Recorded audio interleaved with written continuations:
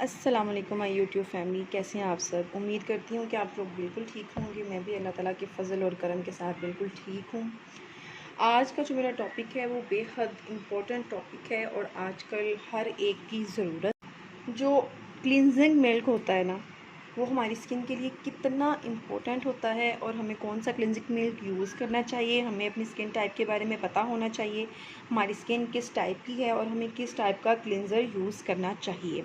Cleansing की अहमियत से तो हर कोई ही वाकिफ़ है और जिन लोगों को नहीं पता उनकी नॉलेज में थोड़ा सा इजाफ़ा करती चलूँ कि ये एक टेक्सचर इसका होता है, बिल्कुल लोशन की तरह का होता है और इसको मेकअप से पहले भी यूज़ किया जाता है, स्किन को प्रेप करने के लिए और मेकअप को उतारने के लिए भी इसको यूज़ किया जाता है। ठीक है, ये चेहरे के अंदर की सफाई करता है, धूल मिट्टी से स्किन को बचाता है और जो सारे दिन की अक्सर या सुबह की या रात की जिस टाइम पे आप बाहर निकलते हैं जो भी धूल मिट्टी होती है ना, उसको ये जो आपकी स्किन को ऑब्ज़र्व कर लेती है, आपकी स्किन के अंदर चली जाती है, डेड सेल्स पैदा करती है और आपकी स्किन को जो डार्किश टोन में लेकर आती है। तो ये उसको हर चीज़ को उसके लिए बेस्ट चीज़ है और उस धूल और मिट्टी को, डस्ट को आपकी स्किन में से ये बाहर निकाल देता है। ठीक है, करना आपने क्या होता है कि आपने क्लिनजिंग करने के लिए हल्के हल्के हाथ यूज़ करने होते हैं। पहले तो आपने अपने हाथों को साफ़ सुथरा करना है, उसको वॉश करना है।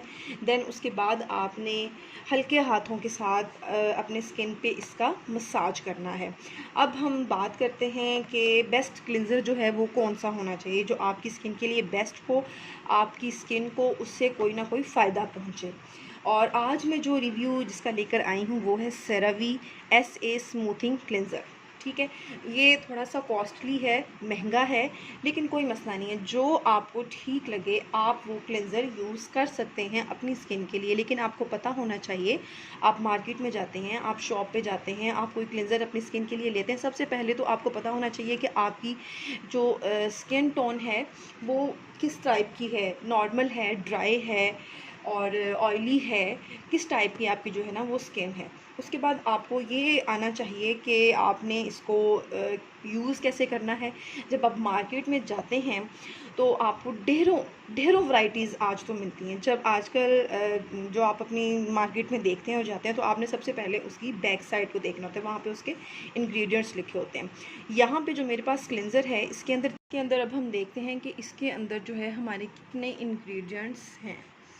इसके अंदर with 3 essential ceramides, salicylic acid and hyaluronic acid, ये तीनों इंग्रेडिएंट्स इतने पावरफुल होते हैं कि इनको यूज़ करने के बाद स्किन को किसी और चीज़ की नीड नहीं रहती।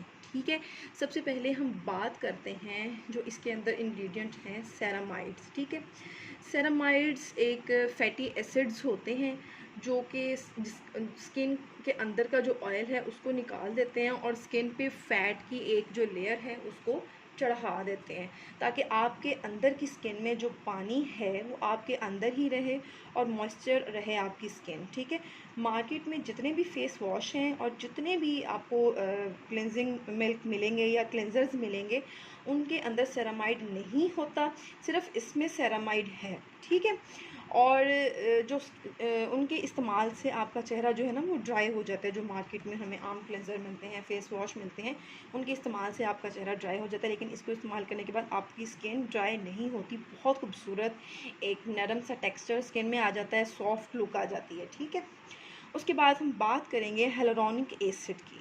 हेलोरॉनिक एसिड आप में से बहुत सारे लोगों को पता होगा, ये एक स्पंज की तरह काम करता है, एक स्पंज की तरह काम करता है, जो एक बहुत बड़ा अहम किरदार अदा करता है। ये बाहर और अंदर के मॉइस्चर को आपकी स्किन के अंदर ही जज़ब करता है। अगर आपकी स्किन के अंदर मॉइस्चर है तो उसको भी आपके अंदर ही रहेगा और बाहर के मॉइस्चर को भी आपके अंदर ही रखेगा। ठीक है, आपके अंदर लेकर आएगा। ये बड़ा ही अहम किरदार अदा करता है आपकी स्किन के लिए। ठीक है, और ये अक्सर क्रीम्स में भी होता है, फेस वॉश में भी होता है, आप डिफरेंट वे में इसको लगा सकते हैं। ये आपकी स्किन के मॉइस्चराइज़र की तरह भी काम करता है और आपके स्किन के मॉइस्चर को आपके अंदर रखता है और आपकी स्किन को नरम करता है और आपके टेक्सचर को भी इन्हेंस करता है और आपकी जो स्किन टोन है उसको भी थोड़ा सा लाइट कर देता है। ठीक है, उसके बाद ये मैं बताती चलूँ कि गल्फ़ कंट्रीज़ जैसे UAE, अरब अमारात, ये सारे कंट्रीज़ में सेरावी की बहुत मांग है, लोग इसको बहुत यूज़ करते हैं। थोड़ा सा महंगा है, बल्कि काफ़ी ज़्यादा ही महंगा है, लेकिन फिर भी बेस्ट रिज़ल्ट्स देता है। अगर आप अफोर्ड कर सकते हैं तो कर लें। बाकी मैं आपको जो 3 इंग्रेडिएंट्स बता रही हूँ, जिनमें से अभी एक जो सैलिसिलिक एसिड सॉरी, उसका जो इंग्रेडिएंट्स के आपको बेनिफिट्स दे रही हूँ वो अभी मैं बाद में दूँगी, लेकिन उसके जो बेनिफिट्स हैं वो इंतहा के अमेजिंग है। तो बात करने का मकसद ये है कि अगर कोई बंदा सेरावी अफोर्ड नहीं कर सकता, और वाकई ही नहीं कर सकता, बहुत सारे लोग जो हैं वो सेरावी अफोर्ड नहीं कर सकते, तो आपने क्या करना है, आपने कोई भी अगर मार्केट में आप जाते हैं और आप चेक करते हैं कि आपको कौन सा क्लेंजर लेना है, तो आपको पता होना चाहिए कि ये 3 चीज़ें या इन 3 चीज़ों में से कोई 2 चीज़ें, या 2 नहीं तो कम से कम एक चीज़ हमारे क्लेंजर में होनी चाहिए। ठीक है, तो अब हम लास्ट पे बात करते हैं सैलिसिलिक एसिड की। ये आपकी gently help to gently exfoliate the skin. ठीक है, gently remove oil, dirt and makeup. और इसके बाद क्या होता है जी कि ये हमें एक जो हमारी स्किन होती है ना, उसके ऊपर जो ये ज़ाहरी स्किन होती है ना, ये जो सबकी स्किन ऊपर से होती है, इसको बोलते हैं सेराटिन। ठीक है, ये केराटिन भी बोली जा सकती है, सॉरी मेरे मुंह से गलत निकल गया, इसको केराटिन बोलते हैं। और ये एक इसके अंदर जो सैलिसिलिक एसिड होता है वो एक्सफोलिएटिंग एजेंट होता है उसके अंदर। ठीक है, ये आपकी स्किन को जो डेली बेस पे, जो आपकी ऊपर वाली स्किन है ना, इसके अंदर के जो खुलिये होते हैं ना, वो खुलियात वो टूटते भी हैं और बनते भी हैं। डेली बेस पे हमारी स्किन के खुलियात टूटते भी हैं और दोबारा नए बनते भी हैं। ठीक है, लेकिन जो ऊपर वाली तय होती है ना, उसको बोलते हैं केराटिन। वो हमारी स्किन को जो है वो महफूज रखती है। लेकिन जब खुलिये बनने और टूटने की बारी आती है तो हमारी स्किन पे थोड़े से बैड इफ़ेक्ट्स आते हैं, जैसे धूप के असरात उस टाइम बहुत असर करते हैं, आपको सनबर्न हो सकता है। अगर आप कहीं बाहर जॉब कर रहे हैं या किसी पोल्यूटेड एरिया में खड़े हैं, तो डेफिनेटली माहौल इर्द गिर्द आपके ऊपर बहुत असरअंदाज करेगा, आपकी स्किन के ऊपर डस्ट आ जाएगी, और समटाइम वो डस्ट आपकी स्किन के अंदर आपके पोर्स में जम जाती है। ठीक है, ये उसको निकालता है, आपकी स्किन को एक्सफोलिएट करता है, आपकी डेड स्किन को उतार देता है, आपके पोर्स के अंदर जाकर आपके मैल कुचैल को रिमूव करता है। समटाइम क्या होता है कि जब हम हेयर रिमूविंग यूज़ करते हैं, कोई क्रीम हो जाए या कोई भी आप शेविंग किट यूज़ कर लें, कुछ भी कर लें, आप ब्लेड्स यूज़ कर दें, आप रेज़र्स यूज़ कर लें, तो उसमें क्या होता है कि आपको बाद में छोटे छोटे से बारीक काले निशान पड़ जाते हैं आपकी स्किन पे। ठीक है, तो वो सेराटिन जमा हो जाती है, सॉरी सेराटिन मेरे मुंह से बार बार निकल है, वो केराटिन जमा हो जाती है। तो ये एक बेहतरीन चॉइस है इस तरह की स्किन को कवर करने के लिए। अगर आपकी स्किन बम्पी स्किन है, जैसे उसके ऊपर छोटे छोटे से पिंपल्स बन रहे हैं, टेक्सचर स्किन है, तो ये उसके लिए भी बेस्ट चॉइस है। और अगर आपकी स्किन इस टाइप की है कि आपके पहले एक्नी रह चुकी है, एक्नी वाली ये इसको यूज़ नहीं करेंगे, और अगर आपके पहले एक्नी रह चुकी है और एक्नी स्कार्स हैं, तो बी सेरावी उसके लिए बेस्ट ऑप्शन है। ठीक है, अब क्लिनजिंग हमने करनी कब है और किस किस टाइम हम क्लिनजिंग कर सकते हैं। क्लिनजिंग जनाब हमने दिन में 2 बार करनी है। पहले जब आप सो के उठें तब आपने करनी है, और रात को जब आप सारे काम अपने कर लेते हैं, आप ऑफिस से आ जाते हैं या स्कूल कॉलेज कहीं से भी आ जाते हैं, उसके बाद आके रात को खाना खाने के बाद अपना फेस वॉश करें, अपने हैंड्स अच्छे से वॉश करें, और जो भी आपका क्लेंजर है आप उसकी थोड़ी सी मिक़दार अपने हैंड्स पे रखें और उसको जेंटल वे में अपनी स्किन पे मसाज करें। ठीक है, और आपने अपनी डेड स्किन उतारनी है क्लेंजिंग के साथ, ये नहीं कि आपने लगाया और हल्के हाथों से 1 या 2 सेकंड के लिए किया और आपने फटाफट उसको वॉश कर लिया, इससे आपकी डेड स्किन नहीं उतरेगी। मैक्सिमम आपने अपनी स्किन को, अगर आपने कभी क्लेंजर यूज़ नहीं किया, तो स्टार्टिंग में आपको अपनी स्किन को क्लेंजिंग करते हुए कम से कम 5 to 10 मिनट्स देने चाहिए।